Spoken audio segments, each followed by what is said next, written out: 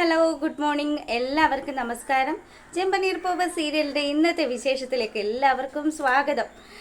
നമ്മുടെ രേവതി, ചന്ദ്രമതിയും അതുപോലെ ശ്രുതിയും സുധിയും ഒക്കെ ചേർന്ന് ആ വീട്ടിൽ നിന്ന് ഇറക്കി വിടുകയാണ്. ഭയങ്കര സങ്കടത്തിൽ പുള്ളിക്കാരി അവിടെ നിന്ന് ഇറങ്ങിയിട്ട് നേരെ നടക്കുക. എന്ത് ചെയ്യാനാ, ഈ ശരിക്കും പറഞ്ഞാൽ നിസ്സഹായമായിട്ടുള്ള ഒരവസ്ഥയിലൂടെ ഒരു തെറ്റും ചെയ്യാതെ എല്ലാ തെറ്റുകളും പുള്ളിക്കാരിയുടെ തലക്കിൽ വന്ന് വീഴുന്ന ഒരവസ്ഥ. അങ്ങനെ അവൾ അവിടുന്ന് നടന്നു പോവുക. പിന്നീട് നമ്മളെ കാണിക്കുന്നത് നമ്മുടെ സച്ചി ആട്ടോ. അപ്പോൾ സച്ചി നേരെ ചെല്ലുന്നത് നമ്മുടെ ശ്രീകാന്തിൻ്റെ റെസ്റ്റോറൻറ്റിലേക്ക്. അവിടെ ചെന്ന പാടെ തന്നെ അവിടെ നിന്നിരുന്ന ഒരു സ്റ്റാഫിൻ്റെ അടുത്ത് ചോദിച്ചു, എടാ ശ്രീകാന്ത് എവിടെ? ശ്രീകാന്ത് ഇന്ന് വന്നില്ലേ എന്ന് ചോദിക്കുക. അതെ, ശ്രീകാന്ത് ഇന്ന് വന്നിട്ടില്ലല്ലോ. ശ്രീകാന്തിൻ്റെ വിവാഹം ആയതുകൊണ്ട് അവൻ 10 ദിവസത്തെ ലീവ് ചോദിച്ചിട്ടാണ് പോയിരിക്കുന്നത്. അതുകൊണ്ട് അവനിവിടെ വന്നിട്ടില്ല. എന്താ ഏട്ടാ, എന്താ പ്രശ്നമെന്ന് ചോദിക്കുക. അതെ, നീ കൂടുതലൊന്നും സംസാരിക്കണ്ട, നീ കള്ളത്തരം പറയുന്നതല്ലേ. എവിടെടാ അവനെ വിളിക്കടാന്ന് പറഞ്ഞ് സച്ചി ഒരേ ബഹളം ഉണ്ടാക്കി. പിന്നീട് നമ്മുടെ ആ ഒരു സ്റ്റാഫ് നമ്മുടെ സച്ചിയെ പറഞ്ഞ് ഒരുവിധം സമാധാനപ്പെടുത്തി ആ റെസ്റ്റോറൻറ്റിൻ്റെ ഉള്ളിൽ നിന്ന് പുറത്തേക്ക് കൊണ്ടുവരിക. അവിടെ വന്ന പാടെ ആണെങ്കിലും കലി തീരാണ്ട് സച്ചി അവിടെ ഇരുന്ന ഒരു ചെടിച്ചട്ടി എടുത്ത് തറയിലിട്ട് ഉടച്ചു. അതിനുശേഷം അവിടുത്തെ സെക്യൂരിറ്റി സ്റ്റാഫൊക്കെ വന്നിട്ട്, സാറേ എന്താ ഈ കാണിക്കുന്നത്? ദേ, ഇതൊക്കെ ഞങ്ങൾ മുതലാളിയോട് സമാധാനം പറയേണ്ടി വരും. ദേ, തനിക്ക് പോയ കാശല്ലേ, ദാ പിടിക്കുന്നും പറഞ്ഞ് കുറച്ച് പൈസ എടുത്ത് അയാളുടെ കയ്യിലേക്ക് കൊടുക്കുക. അപ്പം അയാളാണെങ്കിലോ ആ കാശ് വാങ്ങിച്ചു. പിന്നീട് സെക്യൂരിറ്റിയെ പ്രത്യേകം കണ്ടിട്ട്, എടാ ആ ശ്രീകാന്ത് ഇവിടെ വരികയാണെങ്കിൽ ആ സെക്കൻഡിൽ എനിക്ക് വിവരം അറിയിക്കണം. അവൻ എൻ്റെ കുടുംബത്തെ മൊത്തം ചതിച്ച് എന്നെയും ചതിച്ച് അവൻ കല്യാണം കഴിച്ചിരിക്കുകയാണ്.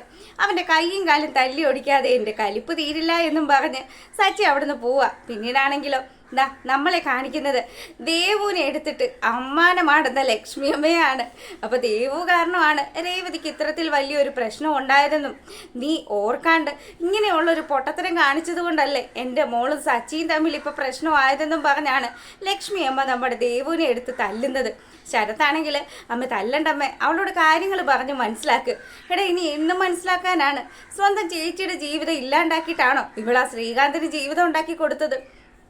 നീ ആരാ അവരുടെ വിവാഹം നടത്തി കൊടുക്കാനെന്നും നിനക്ക് എന്തിൻ്റെ കേടായിരുന്നു എന്നും ഒക്കെ നമ്മുടെ ദേവുവിനോട് ചോദിക്കുക.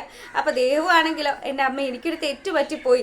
ശ്രീകാന്ത് എൻ്റെ ഫ്രണ്ടായതുകൊണ്ട് അവൻ എന്നോടൊരു സഹായം ചോദിച്ചത് കൊണ്ട് മാത്രമാണ് എനിക്ക് അവനെ സഹായിക്കേണ്ടി വന്നത്. പിന്നെ ഇത് ഇത്ര വലിയൊരു പ്രശ്നമാകുമെന്ന് ഞാനും സ്വപ്നത്തിൽ വിചാരിച്ചില്ലമ്മേ, എന്നോട് ക്ഷമിക്കുന്നൊക്കെ പറഞ്ഞ് പാവം നിന്ന് കരയാട്ടോ. ഇതൊക്കെ കണ്ട് കേട്ടും നമ്മുടെ ലക്ഷ്മിയമ്മയ്ക്ക് മടുത്ത് നിൽക്കുക. ഇനി എന്ത് ചെയ്യും? എൻ്റെ മോൾ ആ വീട്ടിൽ കയറി ചെന്ന കാലം മുതൽ അവിടെ പ്രശ്നങ്ങൾ മാത്രമേ ഉണ്ടായിരുന്നുള്ളൂ. ഇപ്പം നിനക്ക് സമാധാനമായല്ലോ. ഇനി സച്ചി രേവതിയും തമ്മിൽ വലിയ പ്രശ്നങ്ങളിലേക്ക് പോകും. ആ ചന്ദ്രമതി ഈ അവസരം അങ്ങ് മുതലാക്കുമെന്നൊക്കെ പറഞ്ഞു. പിന്നെ ഇങ്ങനെ ഒരു സംസാരിച്ചുകൊണ്ട് നിൽക്കുക. ആ സമയത്ത് അങ്ങോട്ടേക്ക് നമ്മുടെ രേവതി നടന്നു വരിക. അപ്പോൾ അവളാണെങ്കിലും അമ്മയും അതുപോലെ തന്നെ ദേവും സംസാരിക്കുന്ന കാര്യങ്ങളൊക്കെ കേട്ടു. നേരെ പോയി നമ്മുടെ ലക്ഷ്മി അമ്മയെ കെട്ടിപ്പിടിക്കുക. അമ്മ എന്ത് ചെയ്യാനാ അമ്മ, ഞാൻ ഒരു തെറ്റും ചെയ്തിട്ടില്ല. പക്ഷെ സച്ചിയേട്ടൻ എന്നെ വീട്ടിൽ നിന്ന് ഇറക്കി വിട്ടു. അവരെല്ലാവരും ചേർന്ന് ശ്രീകാന്തിൻ്റെ വിവാഹം നടത്തി കൊടുത്തത് ഞാനാണെന്നും പറഞ്ഞ പ്രശ്നം ഉണ്ടാക്കുന്നത്. മനസ്സാ വാച ഞാൻ ഈ കാര്യം അറിഞ്ഞിട്ടില്ല. ഞാൻ വർഷയെ ചെന്ന് കണ്ട് സംസാരിച്ച് അവളെ ഈ വിവാഹത്തിൽ നിന്നും പിന്മാറ്റിക്കാമെന്നും പറഞ്ഞിട്ടാണ് ശ്രീകാന്ത് പറഞ്ഞതനുസരിച്ച ഞാൻ ആ സമയത്ത് അവിടെ ചെന്നത്. പക്ഷേ ഇങ്ങനെയുള്ളൊരു ചതി ശ്രീകാന്ത് ചെയ്യുമെന്ന് ഞാൻ വിചാരിച്ചില്ലമ്മേ.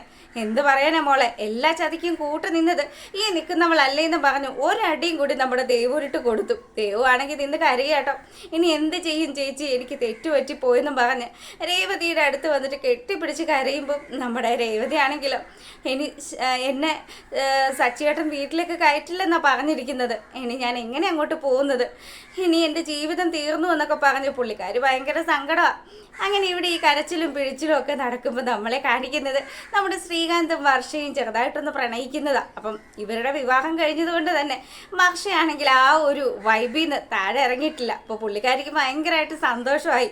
അച്ഛനും അമ്മയും ഒന്നും പോയതൊന്നും പുള്ളിക്കാരിയെ സംബന്ധിച്ചിടത്തോളം ഒരു പ്രശ്നമേ അല്ല. ശ്രീകാന്ത് ആണെങ്കിലും അവിടെ നിന്ന് നമ്മുടെ രേവതി വിളിച്ച് സംസാരിച്ച കാര്യങ്ങളും അച്ഛനെ ലോക്കപ്പിലാക്കിയ കാര്യങ്ങളും ഒക്കെ ഇങ്ങനെ ആലോചിച്ച് നിൽക്കുക. ഞാൻ കാരണമല്ലേ എൻ്റെ അച്ഛൻ ലോക്കപ്പിലായത്. എൻ്റെ അച്ഛൻ അത്ര കണ്ട അഭിമാനിയായിരുന്നു. ആ അച്ഛൻ ഇന്ന് തലതാഴ്ത്തി നടത്തുന്നുണ്ടെങ്കിൽ അതിന് കാരണക്കാരൻ ഞാനല്ലേ.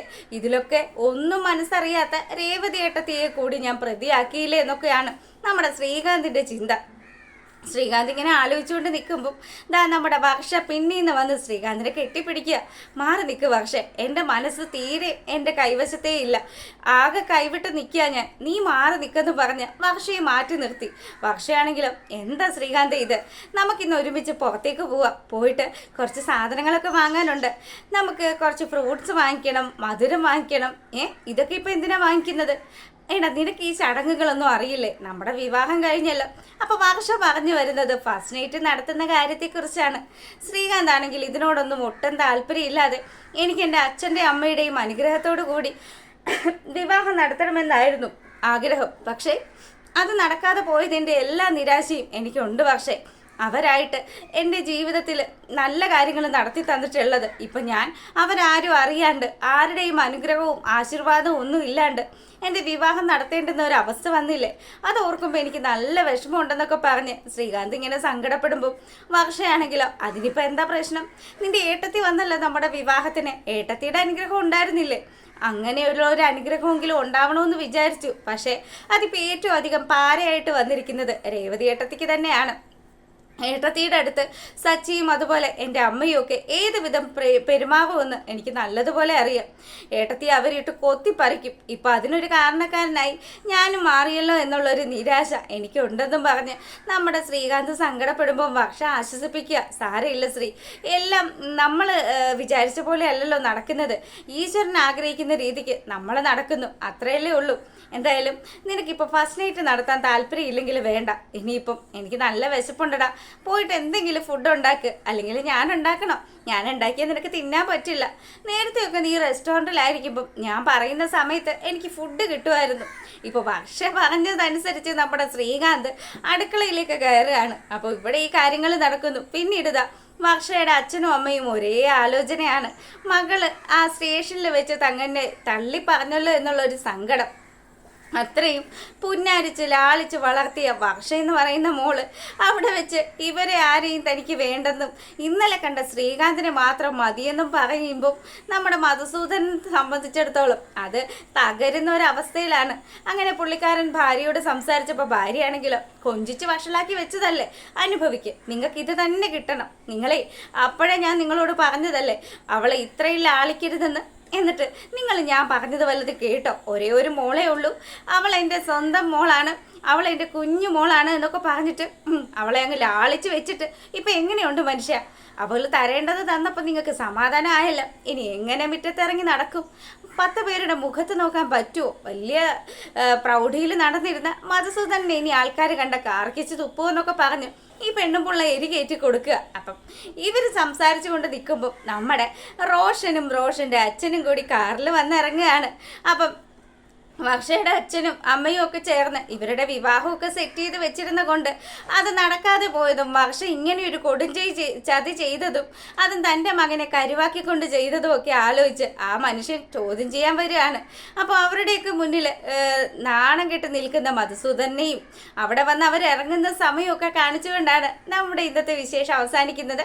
അപ്പോൾ എന്തായാലും നെക്സ്റ്റ് വീക്ക് പ്രമോ വിശേഷം ഇടുന്നതായിരിക്കും, കാത്തിരിക്കുക. എല്ലാവർക്കും നല്ലൊരു ദിവസം ആശംസിക്കുകയാണ്. അപ്പോൾ ഓക്കെ, താങ്ക്